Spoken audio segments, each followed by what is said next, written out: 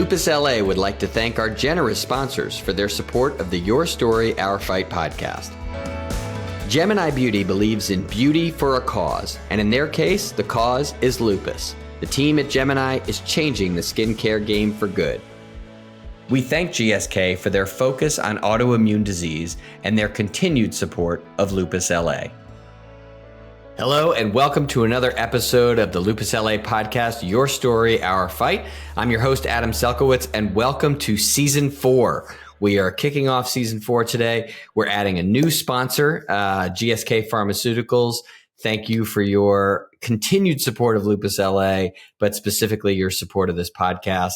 And of course, our tried and true original sponsor, Gemini Beauty. We love you guys and thank you for sponsoring us and allowing us to tell these incredible lupus stories. Today, I am speaking to Elizabeth Lo Serro. Elizabeth is a health coach, a lupus patient, and a real advocate for other lupus patients. So welcome to the podcast, Elizabeth. Thank you so much, Adam. I'm really excited to be here. I love that you're here because you came to us after seeing other podcasts. So I love when this podcast generates new meetings and new contacts with other lupus patients. So tell us a little bit about kind of what led you to us. Lots of reasons. First of all, I really like the work that Lupus LA is doing. I think it's great, and really working with Hollywood to get the word out there about lupus and advocacy. But what really led me here is my exploration of lupus support out in the real world as a lupus patient myself. And so I've just been kind of on a journey of health transformation and meeting people and kind of advocating and getting the word out there for what lupus is about and what you can do to take lupus control for your health. Excellent. And I should mention you're joining us from Toronto, Canada. So yes. I don't think we've actually interviewed anybody else from Canada. So you may be our first Canadian on the podcast. So welcome for that reason. Tell me, you were diagnosed super early. So this is, I think, something that's very unique. And I was diagnosed at 16, but that I think is more common. Tell us, you were diagnosed at age 5. Tell us about that. Yeah. Where should I start? Well, I've been diagnosed since obviously I'm 5. And so that means that lupus has been a part of my life. I don't really know what a life without lupus looks like. Because who remembers much of anything before they're 5? Right. But it's definitely been a journey.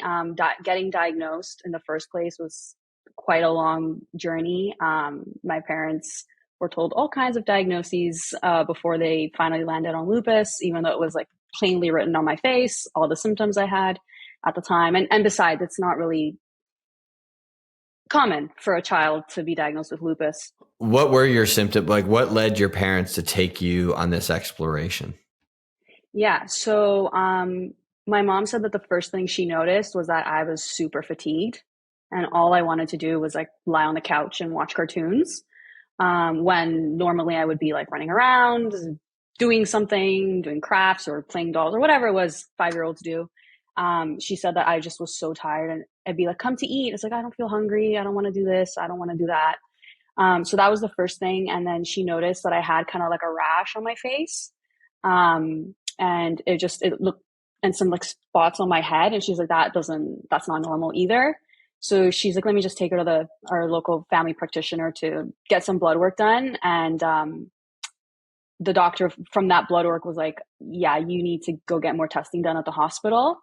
So we went to the hospital, and I basically didn't leave for 5 weeks because it was more and more testing they were doing, and they were not sure, but you could tell they were worried. My mom said that the doctors were very worried, and I was progressively getting worse day by day.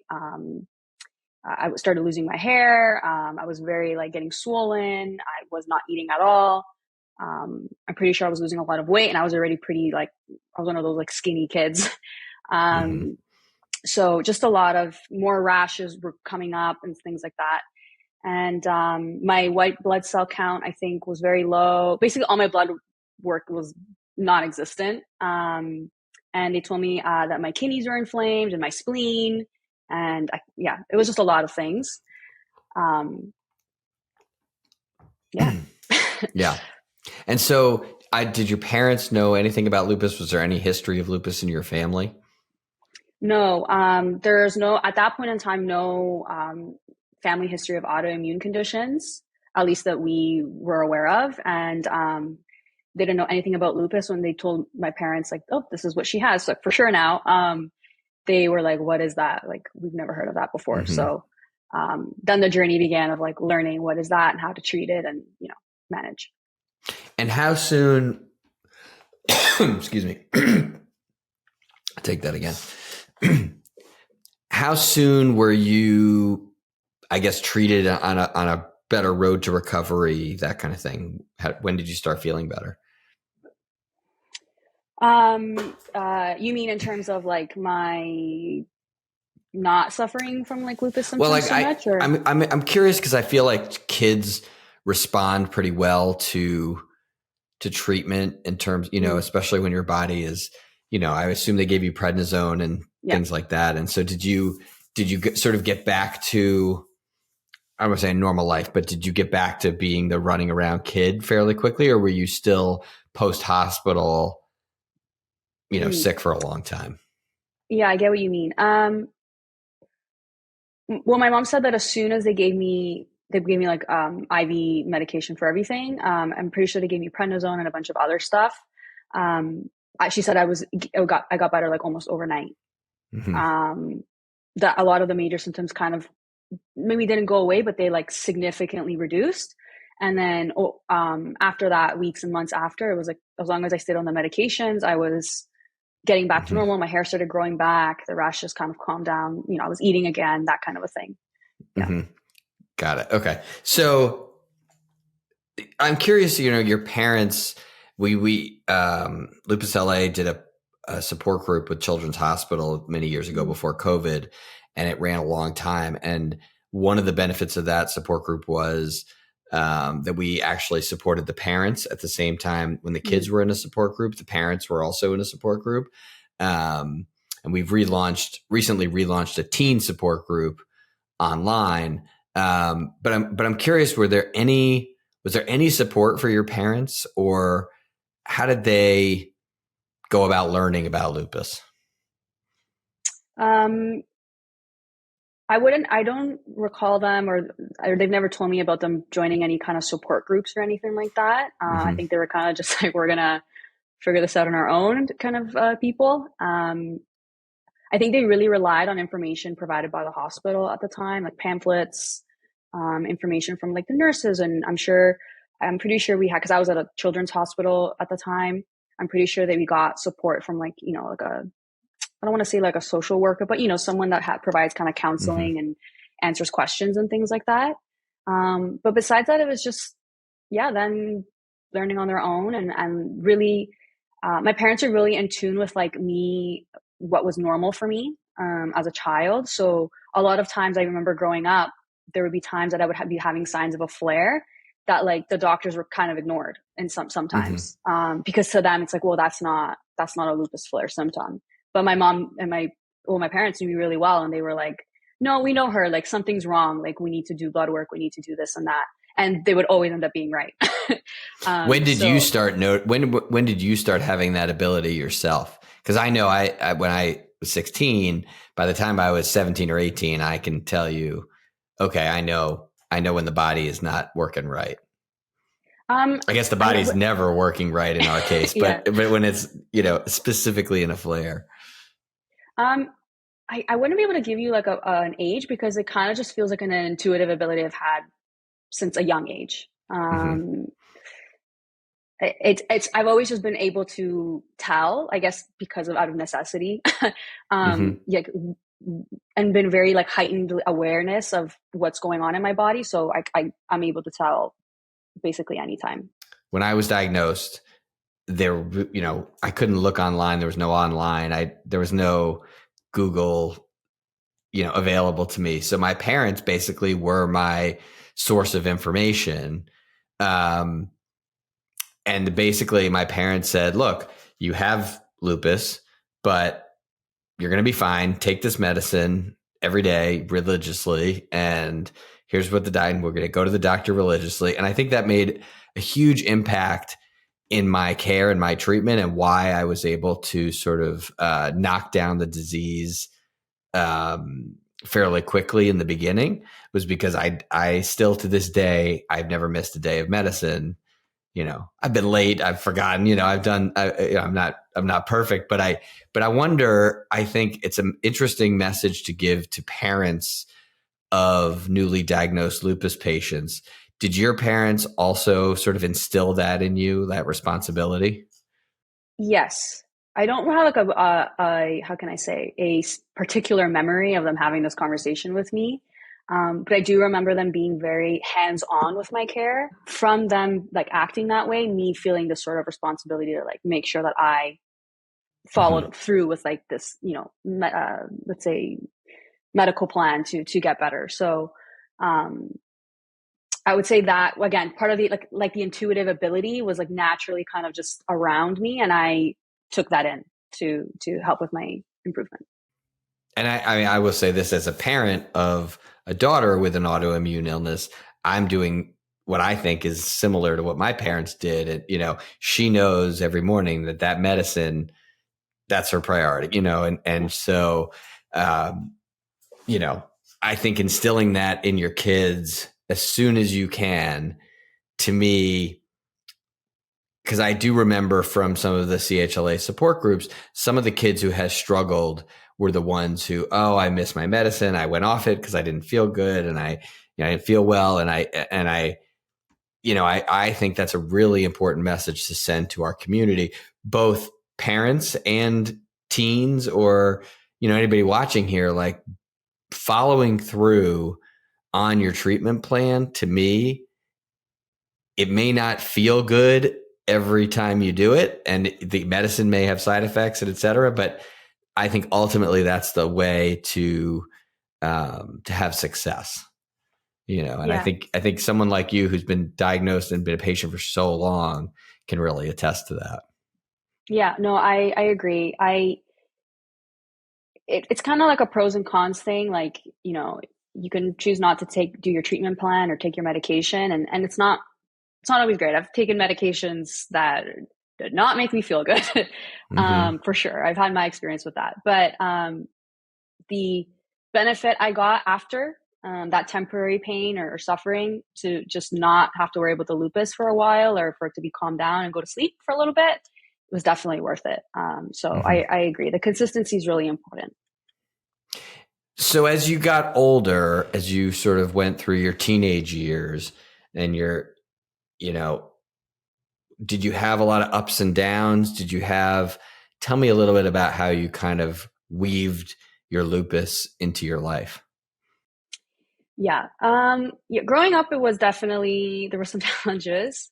I don't know if it's because I was diagnosed with lupus at a young age, or I don't know, probably it was. I never really saw the lupus as something that was going to hold me back in life. It was just something else that I had to deal with, and I was going to deal with it to the best of my ability. And so I never really felt different in the sense of, I have this illness. Like I've always been very headstrong. So it was very much like, yeah, I'm going to do whatever I want anyways.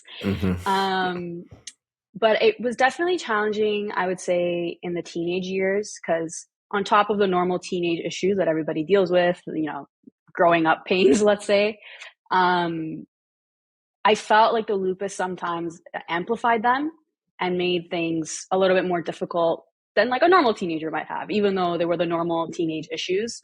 And so that was, I think, a bit of a challenge. And I think during that time too, my lupus activity was more active.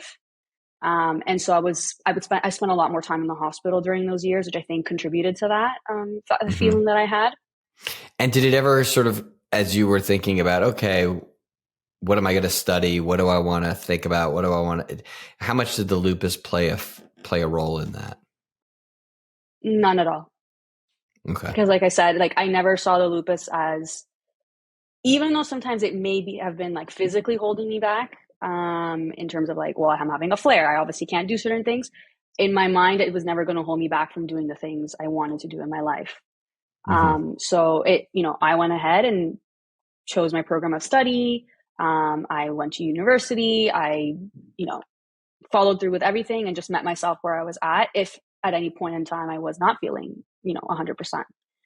Okay. Yeah. Terrific. So we're going to take a quick break, and then we're going to come back and we're going to talk to you about your coaching and how you got into that and what that entails. So we'll be right back with more from Elizabeth.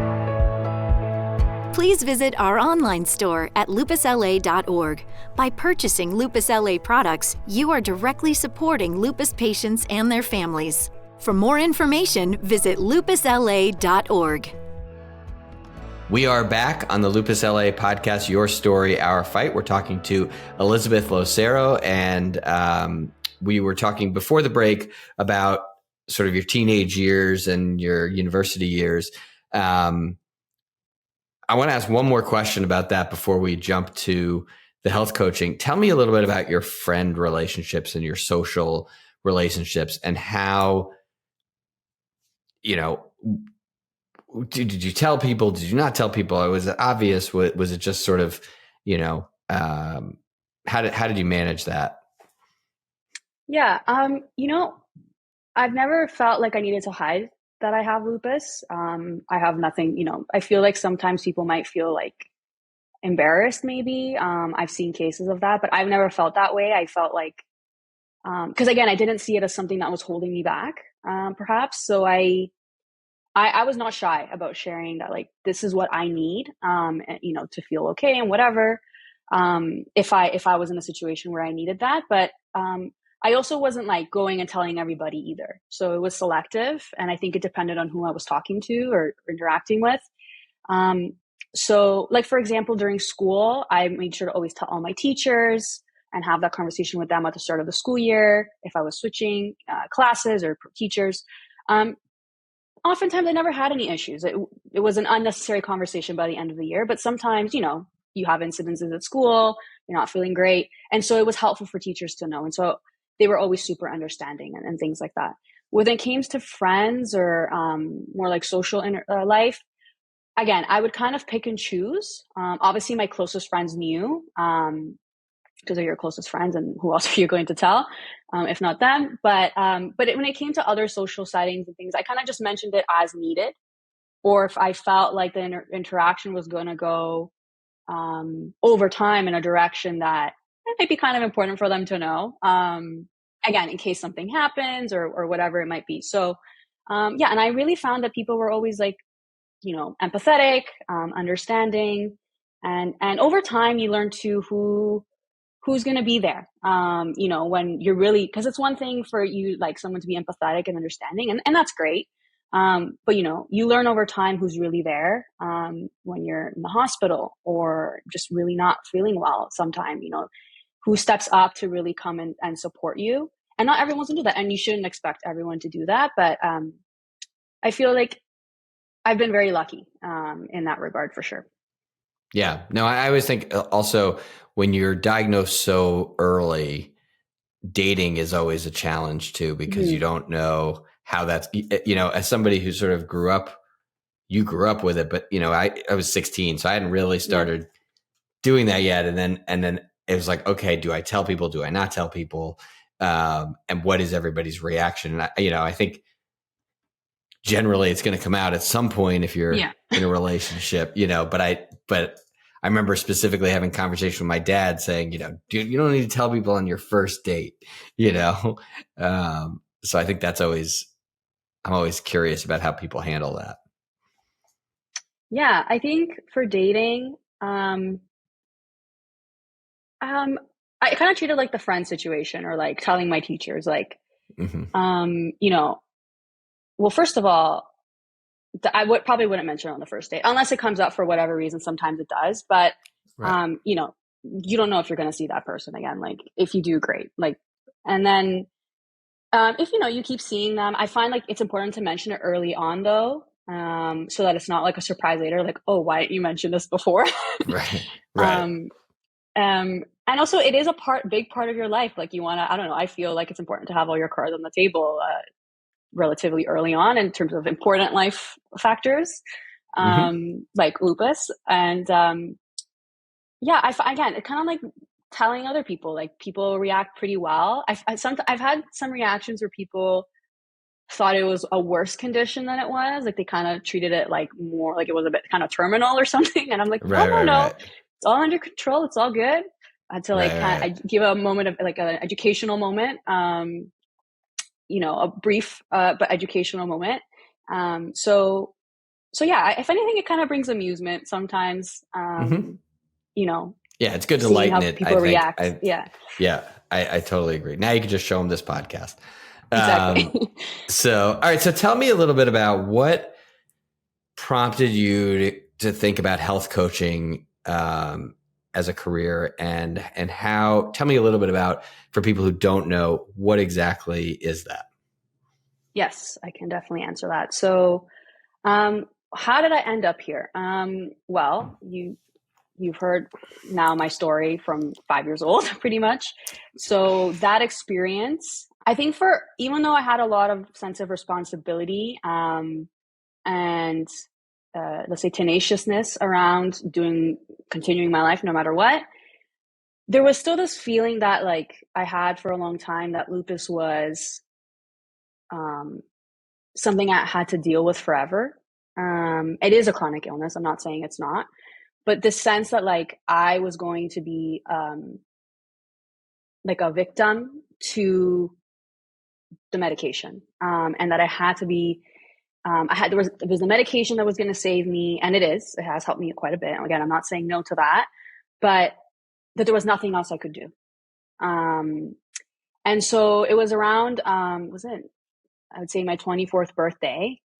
I was having a lot of extra symptoms that I had never experienced before. I was having dizziness and like ringing in my ears and like just very like weird symptoms nobody was able to really give me an explanation for.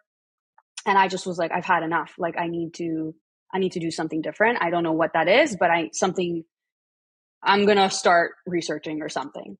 So after, fast forward a few years later, I started experimenting with more like lifestyle medicine, making sure I'm sleeping enough and movement, eating well, stress management. All of these factors are really important I've discovered managing autoimmunity, and reducing inflammation and kind of making the blood work look better. So I was like, I just couldn't believe that like I had spent so much time not doing this and the impact it's had on my life. I feel so energized now. I remember waking up with pain in the morning, like stiff joints and all kinds of things. I don't have that anymore. I'm not saying that it's not going to come back, but I feel strong and empowered to know that I can do something about it to bring myself back to where I am right now. And so I was like, I need to I don't think people know about this. Like I want to help other people know this information, and not only that, feel empowered to know that they can do this for themselves. Right. So that's kind of what led me here. And then I went, I got my coaching certification and started working with people, and here I am today.